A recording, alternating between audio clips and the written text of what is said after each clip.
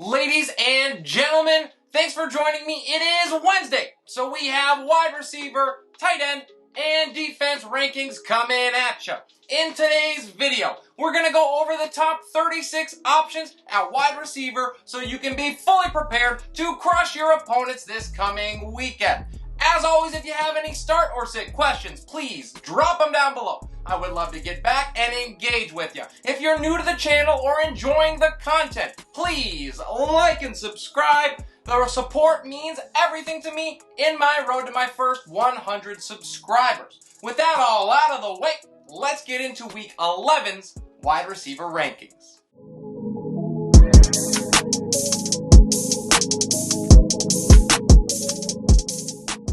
As a friendly reminder, we do all of this in half-point PPR. And back on top of the mountaintop, since Cooper Kupp's on bye this week, is Davante Adams at number 1. He goes on the road to face my Vikings. Now, he has 25 targets in his last 2 games, but he's certainly been a letdown to owners with that share, with just a wide receiver 39 and 23 finish. That is going to change this week against my Vikings.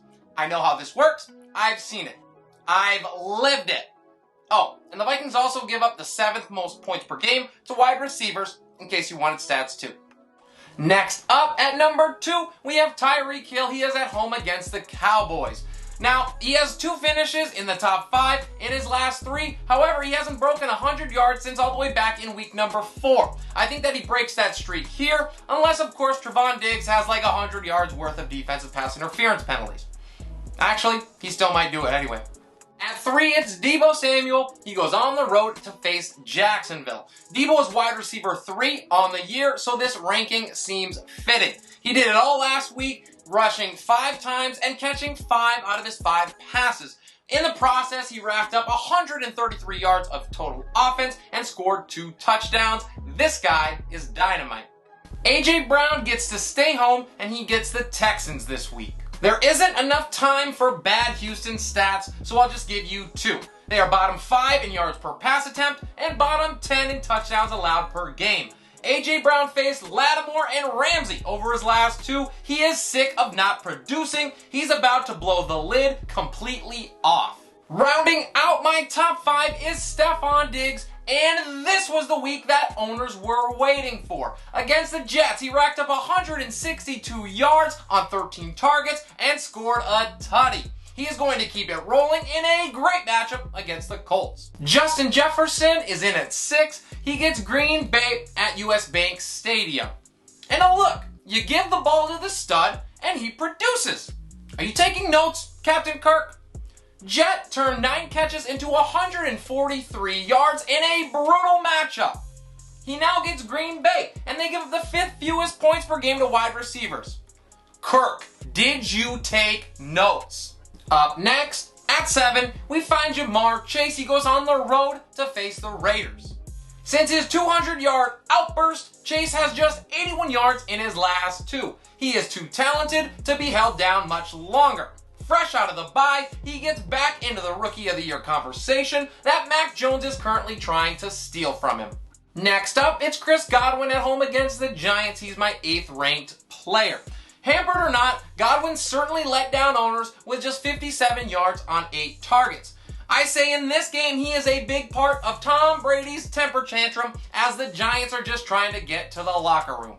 CeeDee Lamb travels to Arrowhead to face the Chiefs, who are ranked bottom 10 in the NFL, giving up passing scores. Now, CeeDee just had 2 of those against Atlanta, so I like his chances here. He also has 2 finishes in the top 3. In his last 4 games, he's going to participate plenty in this matchup. Rounding out my top 10, it is Keenan Allen. He is at home against Pittsburgh. Allen has back-to-back finishes as a wide receiver 1, and he has 35 targets in his last 3 games. He has been electric in that time for the Bolts. See what I did there? With 279 yards and a score. Also, Pittsburgh's defense does not scare me. DK Metcalf is in at 11. He stays home against Arizona. Metcalf is coming off his worst game of the season. However, he did have the most targets that he's seen since all the way back in week 3. Hey, you take the wins that you can in shutouts. Russ is going to be healthier and he's going to help DK get back on track. The last wide receiver one that I have for you guys in week 11 is Mike Evans. He stays home to face the Giants. Evans didn't smash as expected, but his touchdown saved owners' days, and he now has scored 5 times in his last 3. With a matchup against a bottom 10 touchdown per game team, he'll likely get another and extend his scoring streak to 4 games. We move on to 13, and it's Deontay Johnson. He travels on the road to face the Chargers. Big Ben continues to feed Johnson, who has 12 or more targets in half of his games this season. The Chargers are right behind the Bills as far as fewest points per game allowed to the position, but there is too much volume here to fade him any more than this. Marquise Brown is number 14, and he faces the Bears in Soldier Field. I finally give this guy his due, and he burns me.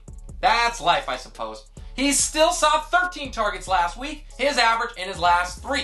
With a Bears defense that's ranked bottom 10, both in yards per attempt and points allowed to receivers, he's going to make good on it this week. Amari Cooper is next at 15, and while he did take a back seat to CeeDee Lamb last week, there is enough pie for both to have a slice here against the Chiefs. They allow the 3rd most points per pass attempt, and Dak is going to be slinging it.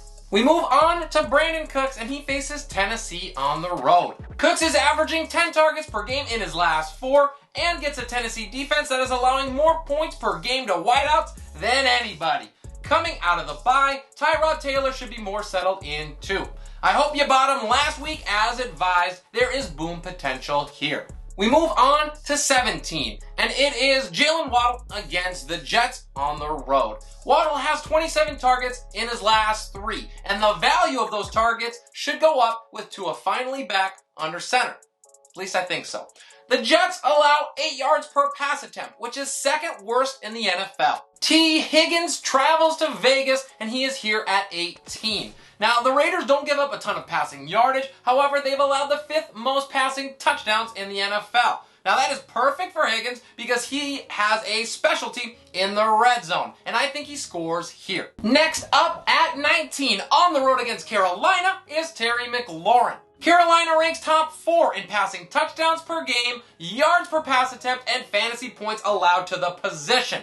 I'm certainly not benching him, but temper expectations and hope he goes scary Terry on him. Rounding out my top 20, it is DJ Moore at home against the football team.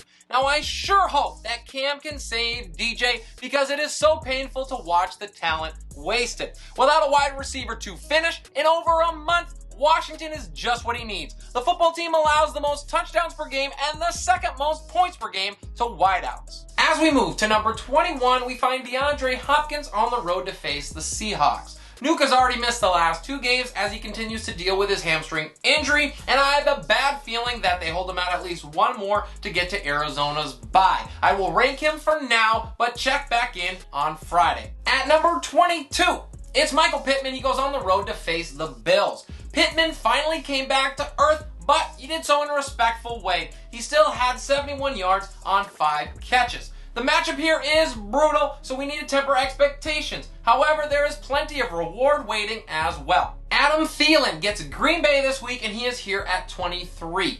Now, Thielen finally broke his 3-game scoring streak, but still managed a decent day with 65 yards in a tough matchup. He gets another one here with Green Bay, who allow the 3rd fewest yards per pass attempt. The last wide receiver, 2, that I have for you guys in week 11 is Hunter, 3rd and Renfro. He stays home against the Bengals. Renfro has elevated in this last couple weeks in an increased role in Vegas. He's scored in back-to-back games. He has 95 yards in him, and he has 7 catches on 9 targets in each. In this plus matchup, he is going to keep it going. Rounding out the top 25, we find Tyler Lockett. He stays home to face Arizona, and I done told you, he is not a wide receiver 2. Once again, Lockett proved to be fool's gold. He has his 3rd finish of wide receiver 65 or lower in his last 4 games, and his 5th one doing that on the season. I guess we roll him one more time? Up next, at 26, it is Mike Williams at home against Pittsburgh, and it is getting close to panic button time for owners here. He hasn't been remotely the same player since he sustained a knee injury about a month ago, and he hasn't been inside the top 40 since week number 5. He gets Denver next week, so if he doesn't do it here, maybe take him out of my rankings. Finally finding himself back in my rankings, we have Jacoby Myers here at 27. He goes on the road to face the Falcons. After scoring his first touchdown as a pro, Myers gets a Falcons defense allowing 8th most points and 3rd most touchdowns per game to the position I am in. As we move to number 28, it's Corey Davis. He's at home against the Dolphins. If you can do it against Buffalo, you can do it against anybody. Davis put up a 5 catch on 7 target for 93 yard stat line against the Bills, and he now has finished here or higher in 3 of 4. At 29, it's Rashad Bateman. He faces the Bears on the road, and he has been flex worthy in 3 straight, and the Bears allow 5th most points per game to the position. He's been so solid for Lamar that I expect his role to continue to increase. Emmanuel Sanders is next up at 30. He gets Indianapolis at home. Now, almost everyone had a party against New York last week. However, it seems that Sanders wasn't invited. He's still averaging 6 targets a game in his last 4, so I buy that volume in Buffalo. Next up, it is Brandon Ayuk. He goes on the road to face Jacksonville, who is bottom 8 in the NFL in passing yards allowed per game. He wasn't needed last week, but he has 19 targets in his last 3. Next up at 32, we find Christian Kirk. In a game where Arizona barely showed up, Kirk was solid, managing 7 of 8 balls for 58 yards. I'm still not sure where Nuke is at, but Kirk has upside if Murray returns. At 33, we find Darnell Mooney. He gets Baltimore at home. A buy for me last week, Mooney is just starting to heat up. With an improved passing game and a date with the Ravens who allow more passing yards per game than anyone, go and get him. Next on our list is 34, and it's Cole Beasley. He gets Indianapolis. Beasley has not been the same since he sustained that rib injury a few weeks ago. He should be over it soon, but I'll feel more confident when he shows it on the field. We move on to Jarvis Landry. He's my 35th ranked player against the Lions, who are bottom 10 in touchdowns allowed. Also, someone's got to catch the ball in Cleveland, right? If Landry isn't allowed to do it here, it's time to reevaluate. The last player with a ranking this week is Devonta Smith. He stays home against New Orleans, and this is all about the matchup with Marshawn Lattimore. I cannot imagine a scenario where he isn't shadowing him all day long, which spells trouble. As we move to my notable omissions, the first is Marvin Jones Jr. at home against the Niners. Jones has 3 straight finishes outside the top 52 with no more than 35 yards in any of them. That does not inspire confidence. The other is Kenny Golladay. He faces the Bucs on the road. And even in a great matchup, I want to see it first. Golladay has just 1 finish in the top 20 this season. And that's all I got for you guys in this video. Thank you so much for joining me. I appreciate it as always. If you have any questions, please drop it down below. I'd love to be able to help you out with them.